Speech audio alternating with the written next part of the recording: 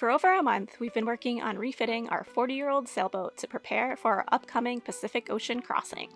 One absolutely critical project is replacing a structural bulkhead in the front of the boat. We've cut out the old rotten bulkhead, demolished our forward cabin, sanded, grinded for hours and hours, and finally cut and fitted our new bulkhead into place. We coated it with penetrating epoxy so it won't rot again, and now after all this, we are finally ready for the next step.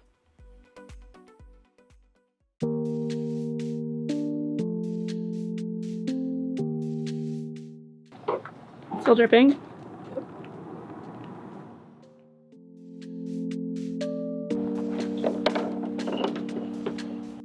We started our day at the yard contemplating how to tackle the recent discovery of water inside our keel. Gary decided to drill another hole higher up to see if an air vent would allow more water to drain out. I know, it's like endless fiberglass there.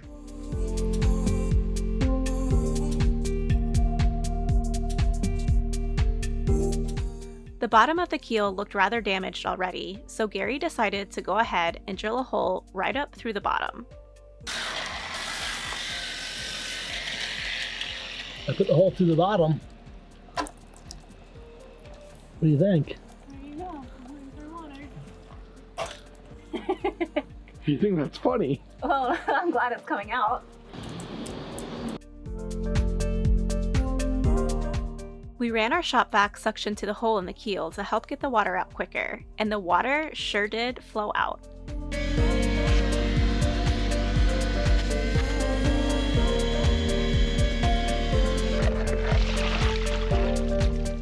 The keel would take a really long time to drain, so we decided to get back to tackling our other problems.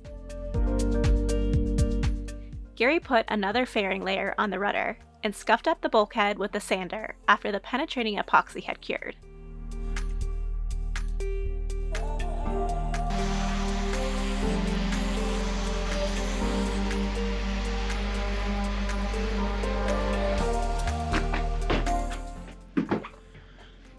Okay, it's about time we get this bulkhead glued into place. So my plan is to just give it one last cleanup everywhere that the bulkhead's going to be fiberglass to the hull. Do a little bit of sanding, wipe it all down with acetone, make sure it's all good and clean. And then we're going to bring the bulkhead in and try to mix up some thickened epoxy and bond it into place, because it needs to be held in place for me to be able to do the tabbing along the sides. The bulkhead actually leans back a little bit. It's not exactly vertical. So if it's not glued in place or held in place somehow, it's not really going to be able to be fiberglassed.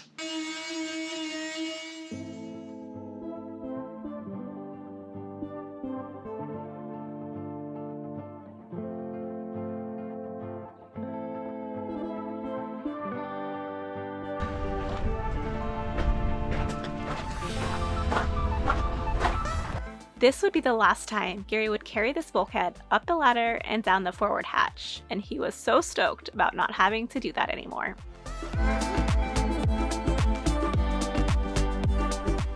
With the bulkhead back in position, he went about securing the boards to lock it into place.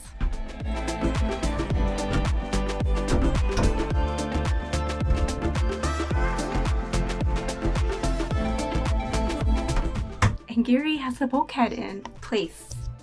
In place, temporarily.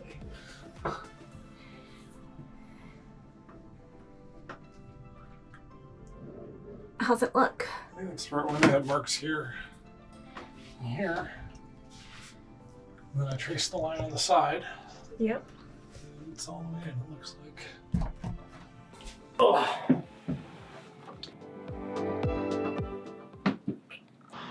All right, it's another day in the boatyard. Every morning we wake up, we drive here, we work all day, and then we go home and we go to sleep. And it's pretty much just been that over and over and over again, but we're getting closer. Today, we've got the bulkhead in place in the forward cabin, and I need to mix up some thickened epoxy because I'm gonna basically glue the bulkhead in place before I do the fiberglass tabbing to the hull sides. But I wanna make sure that I get the thickened epoxy, the right mixture and the right consistency. So I'm gonna mix up some test samples, and I'm using TotalBoat's high performance 2-to-1 resin and hardener. I'm using the medium hardener because it's pretty cool here today. It's about 60 degrees Fahrenheit. And then I've got a bucket of silica thickener and another bucket of milled glass fiber. And I'm gonna play with the ratios of resin to silica to glass fibers and try to find a ratio that works good, that I can adhere to the hull and it won't drip or sag down, so I can squish that bulkhead up into place and have it lock into place.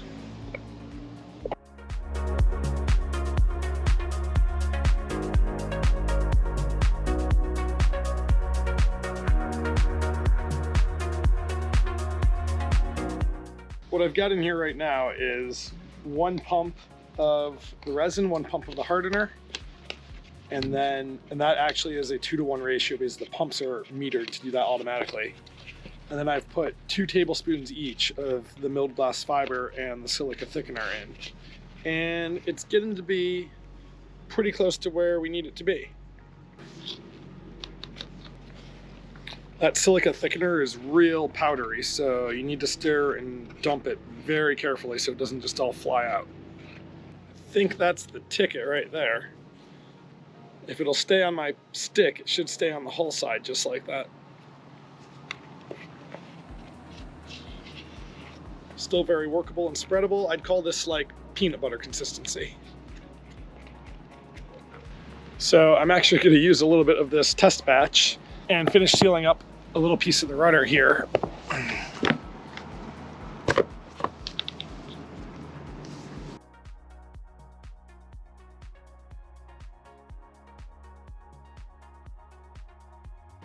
So I think I'm pretty happy with my ratio. It ended up being 1 part of resin and hardener, 2 tablespoons of milled fiber, and 3 tablespoons of silica. We are ready to glue in our bulkhead. So Brooke and I are going to work together to get this epoxied into place. Basically what we're going to do is take the bulkhead down, and then we're going to give all of these surfaces a wipe with acetone to make sure they're clean. And then Brooke's going to start mixing up batches of thickened epoxy. So she's going to use the ratio that I figured out earlier and mix up a container for me. And then I'll start applying the epoxy to the hull sides where the bulkhead's going to hit, and maybe to the top and the sides of the bulkhead as well. And then we will have about 20 to 30 minutes of working time on that epoxy before it will get too hard to work with. So we'll need to work fairly quickly, push the bulkhead up into place, and then we'll use these boards that I've got made here and we'll screw them down to hold the bulkhead in place while the epoxy cures. That's step 1. Step 2 will be fiberglassing. When we first discovered our rotten bulkhead issue, it seemed like an impossible undertaking. But with a bit of teamwork, this once daunting project was beginning to take shape.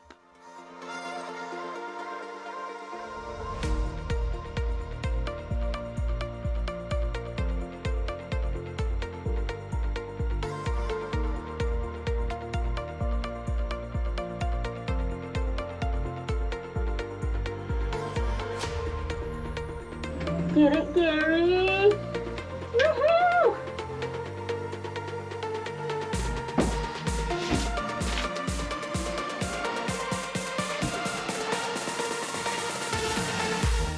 We were quite happy with how smoothly the epoxy went on inside, so once complete, we moved to the outside to apply epoxy to the exterior portion of the bulkhead. We created fillets in the epoxy using the rounded end of a popsicle stick.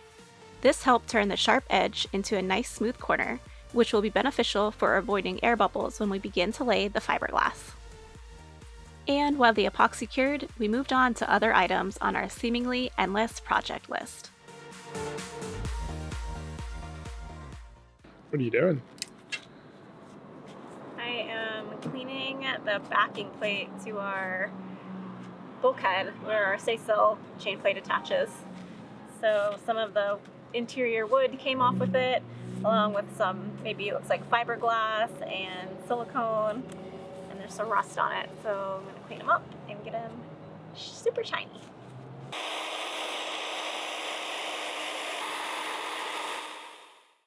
Good morning. It is about 6:30 and we're just getting ready to head over to the boat. Today's a pretty big day. We're going to start laying fiberglass on our rudder and our bulkhead. We've been working on this for what seems like a month now, and we were hoping to be splashed by now, but the amount of projects we've had, I should say the amount of big projects we've had, have just taken a lot of time, and we have to make sure that the boat is 100% ready, or as ready as possible to cross an ocean. So anyway, we're both exhausted, but we have to just keep going. Whew. Some days it seems impossible, but as long as we keep going, keep waking up, and keep working, we'll get there. It's fiberglass.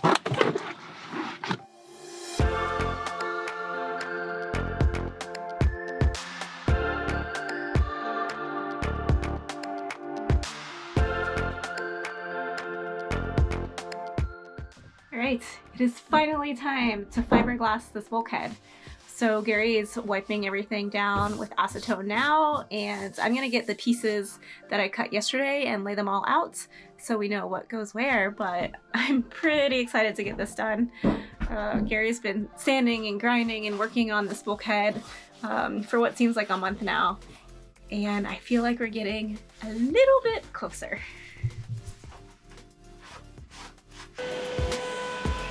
So we have a 9-inch wide, 7.5-inch wide, and 6-inch wide for the sides by 28 inches.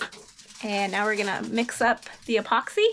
So I think I'm going to mix it up, and then I'm going to brush a little bit on the surface there to help that stay in place.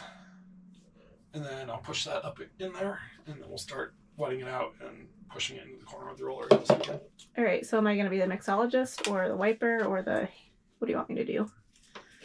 Filming. You just want me to film? That's all I'm here for, is to film? That's all I'm here for. Wow, that sucks. You're on standby right now. I'm on standby. Yeah, I don't know what you're needed for yet. I lost my job as mixologist. Well, you're going to be needed for something, but there's not much mixing today. It's just a couple pumps. 2 pumps.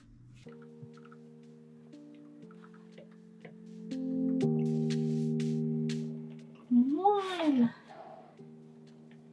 2. Probably need more than that. I don't know.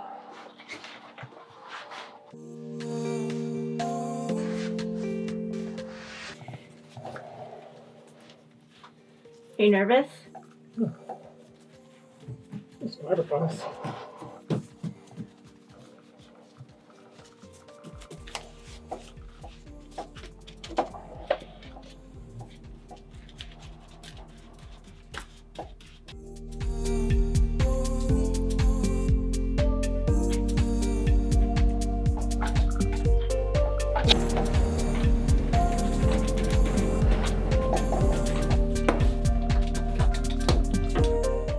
We started with the widest piece of fiberglass first and worked our way down to the thinnest. This method prevents the subsequent layers from having to lay over an edge, potentially forming a weak point.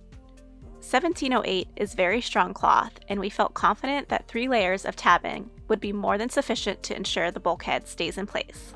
All right, Gary, just put on the second strip. Got the first one laid in there really nice. Got the air pockets out. Ooh, this is stressing me out for some reason. Just want to make sure we get it right.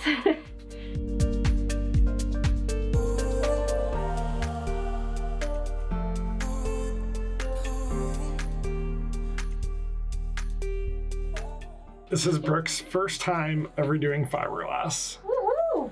And it's just a major structural bulkhead, so it seems like a good first try. Easy enough. She's doing a great job. What can possibly go wrong? Nah, she's doing great. So I'm by no means a fiberglass expert, but we do know enough to make sure it's all wet out. Just use just enough resin to wet it out without extra, and roll out all of the air bubbles. And we've got these really nice aluminum ribbed rollers that we're using to wet it out. and it's working pretty well. We're using TotalBoat high performance epoxy and the medium hardener because it's about 65 degrees Fahrenheit today, and that's given us about 30 to 40 minutes of working time with the epoxy.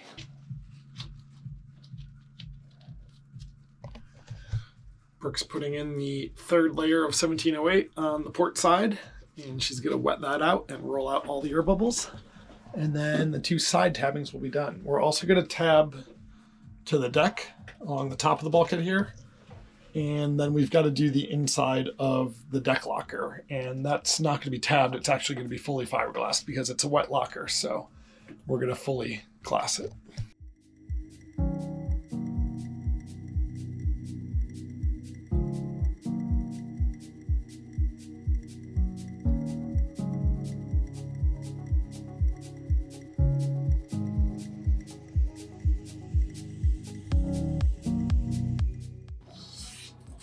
All right, Gary's doing the next batch, which is the ceiling. We're gonna alternate turns. Just wanted to be here, I think. Ooh, I wonder what that means. Who gets to do the big piece up front then? Was my fiberglass work good enough for Gary to let me do the big piece? What did I do wrong? Made a mess. You got sticky stuff on everything. Yeah, I think I've got it on my face actually. You got it in your hair, you got it on the bunk here, you got it on the walls.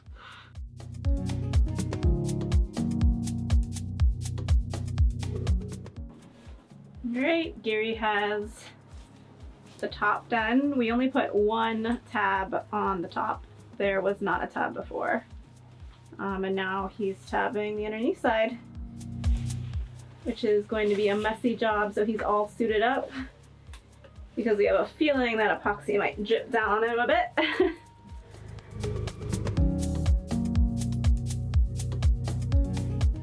With the sun setting for the day and the temperature dropping, we had just enough time to test fit the cloth for the forward side of the bulkhead.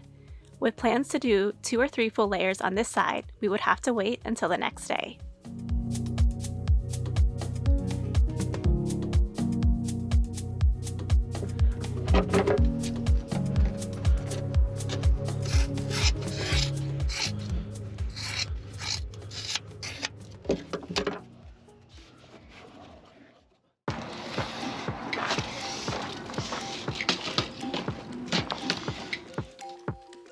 First thing in the morning, we tag teamed the forward layers of fiberglass on the bulkhead.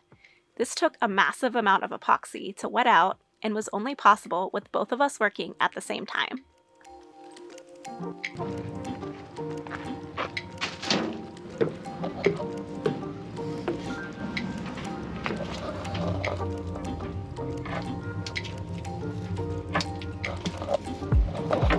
So today was pretty successful. We have the bulkhead fully fiberglassed into place now.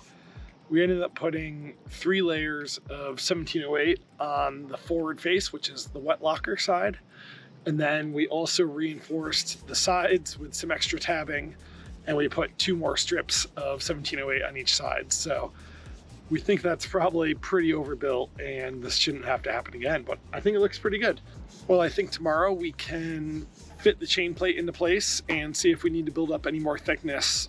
We have a backing plate that goes between the bulkhead and the chain plate, and we'll put that in and see how everything lines up. We might need to build up a little bit more fiberglass thickness to get everything nice and flush.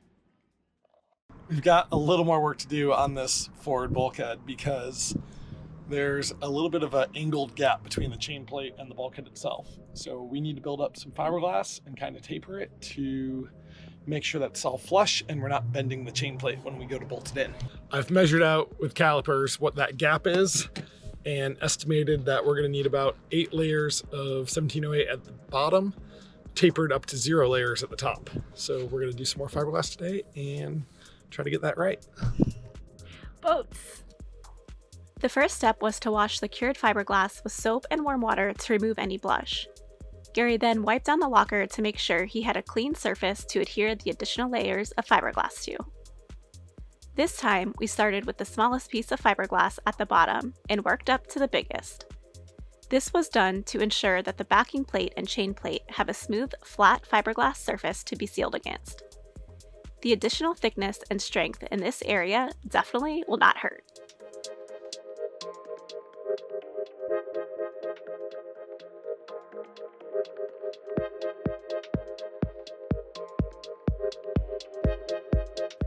With that fiberglass curing, it was finally time to take a deeper dive into that pesky keel problem we discovered.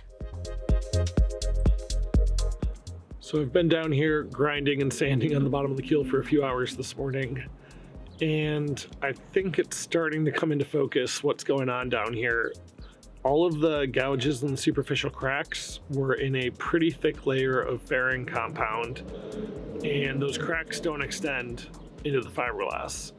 But there is, it looks like, either a former repair of a pretty long crack, or it's from when the hull mold was made. It's possible that the hull mold was in two halves, and this was the seam down the center line.